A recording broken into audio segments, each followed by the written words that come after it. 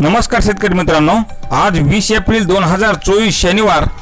आजपासून दिवसभर उन्हाचा चटका, तर दुपारनंतर आणि रात्रीला काही जिल्ह्यात वादळी वाऱ्यासह पावसाची शक्यता। पाहूयात याबद्दल सविस्तर माहिती।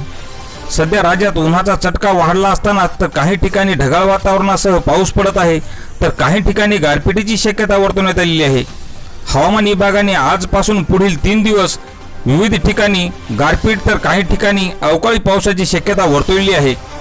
तर हवामान विभागाच्या अंदाजानुसार आज दिवसभर रायगड, ठाणे आणि मुंबई या ठिकाणी उष्णतेच्या लाटेचा इशारा दिलेला आहे।